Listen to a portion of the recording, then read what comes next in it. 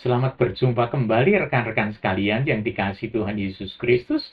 Pada triwulan ini kita masih akan terus membahas berkenaan dengan tema besar kita, yaitu keluarga yang mengasihi Tuhan. Mari sebelum kita lanjut dengan pembicaraan kita pada hari ini, kita berdoa bersama-sama. Tuhan Yesus yang mengasihi kami, terima kasih untuk kebaikan Tuhan, di mana kami sekalian dapat kembali bersama-sama untuk belajar berkenaan dengan masalah keluarga yang diberkati oleh Tuhan. Kami menyerahkan Tuhan seluruh pembicaraan kami hari ini ke dalam tangan-Mu, kiranya nama Tuhan Yesus yang ditinggikan di tengah-tengah kami, dan di dalam nama-Mu yang agung kami berdoa. Amin. Saudara sekalian, tema kita pada triwulan ini benar berkenaan dengan keluarga yang mengasihi Tuhan. Tema kita masih tetap berkenaan dengan keluarga sebagai kesatuan yang utuh. Dan bagian pertama yang kita pelajari pada hari ini adalah keluarga erat bersatu. Kita tahu bahwa keluarga bahagia adalah keluarga yang anggota-anggotanya mempraktekkan kata saling, yaitu saling mengasihi, saling menolong, saling menghargai, saling mengerti, dan saling mendukung. Suami istri yang mempraktekkan kasih dengan perkataan dan perbuatan akan menjadi teladan bagi anak-anak mereka. Kasih menghadirkan kehangatan, keakraban, keharmonisan, dan sukacita dalam keluarga. Kita tahu bahwa keluarga adalah bagian dari gereja dan masyarakat. Gereja menjadi kuat atau lemah sangat bergantung kepada kehidupan keluarga anggota-anggota gerejanya. Nah, apakah moralitas masyarakat akan menjadi baik atau rusak? Itu pun bergantung kepada keutuhan keluarga. Hal itu berarti perlu memperhatikan pembinaan keluarga secara serius. Bagian pertama, keluarga erat bersatu. Ini diambil dari kitab Kejadian pasal 2 ayat 24 sampai dengan 25. Kemudian dalam Perjanjian Baru itu kitab Efesus pasal 5 ayat 30 dan ayat 33. Nah, apakah resepnya agar keluarga memiliki hubungan yang erat? Apakah resep agar keluarga mempunyai hubungan yang akrab dan harmonis?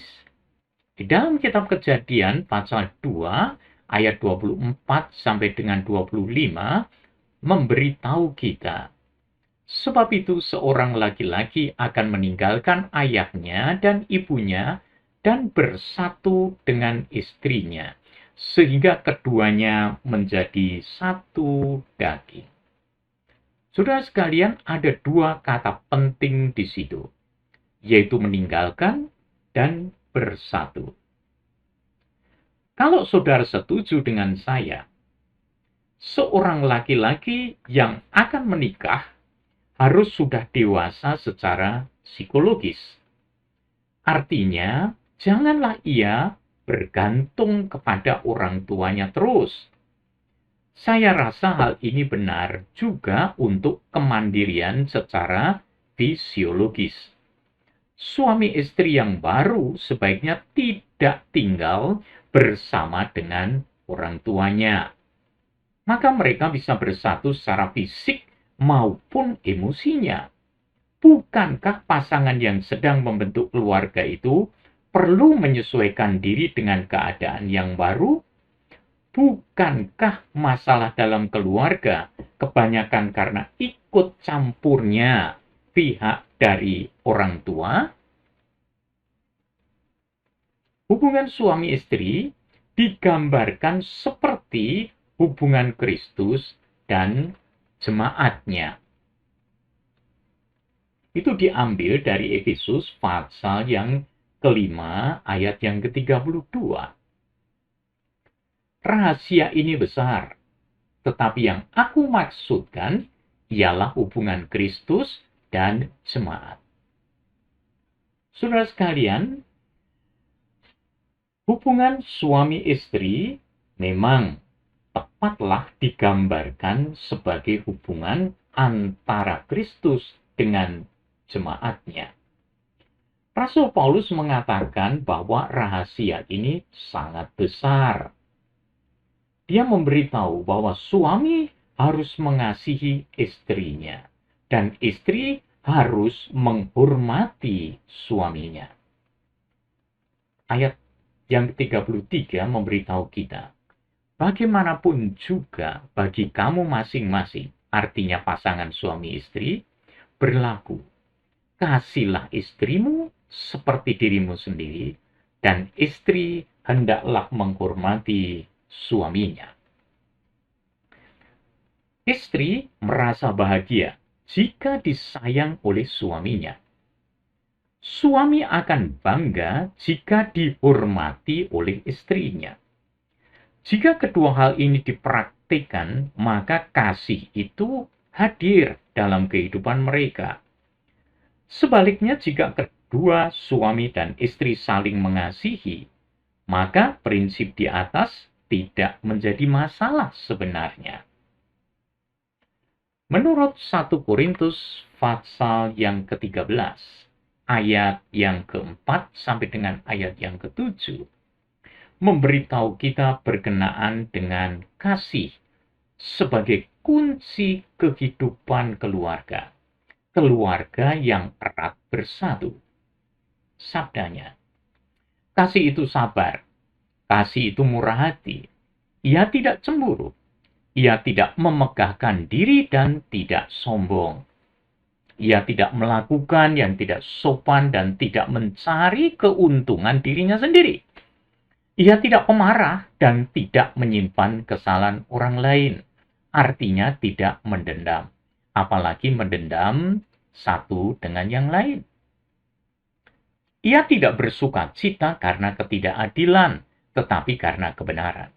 Ia, kasih, itu menutupi segala sesuatu, percaya segala sesuatu, mengharapkan segala sesuatu, sabar menanggung segala sesuatu. Jadi kita bisa menyimpulkan bahwa kasih itu mulia, kasih itu membangun, kasih itu memulihkan, menyembuhkan hati yang terluka. Kasih dalam keluarga menciptakan kebahagiaan.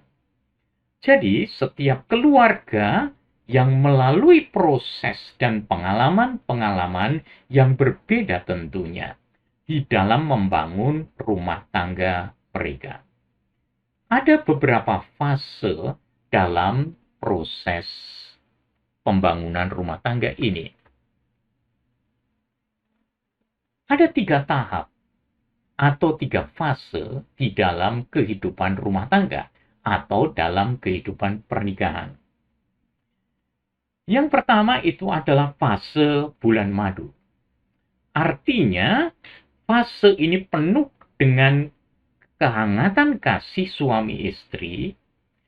Benar-benar suami istri saling mengasihi dan hidup berbahagia dengan kehadiran anak dalam keluarga.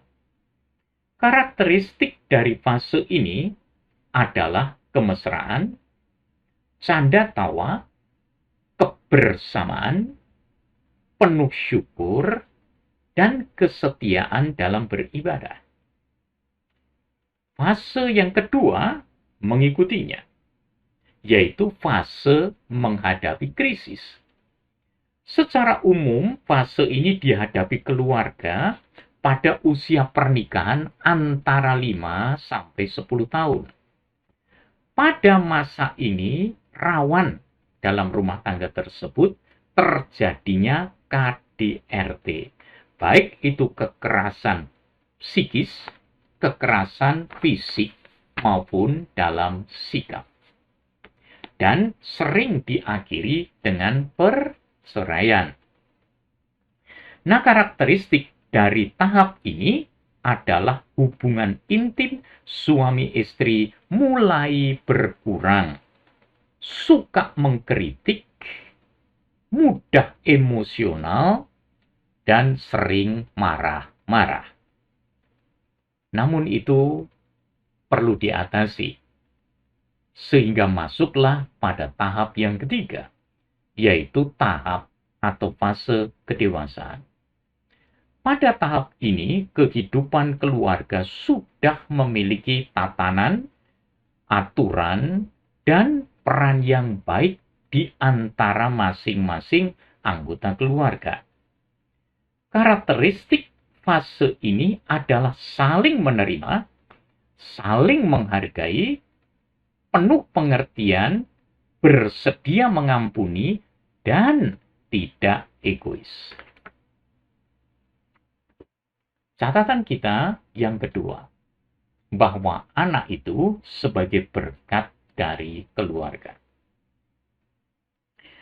Salah satu tujuan Allah membangun keluarga adalah beranak cucu atau memiliki keturunan. Kita tahu bahwa anak adalah berkat Allah bagi keluarga. Nah, setiap anak seharusnya lahir dalam sebuah keluarga melalui pasangan suami istri yang terikat pernikahan yang sah.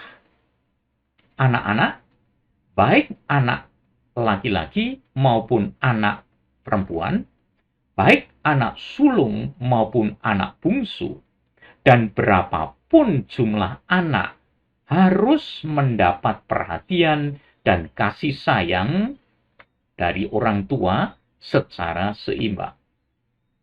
Orang tua tidak dibenarkan melakukan diskriminasi atau membeda-bedakan anak satu dengan anak yang lain.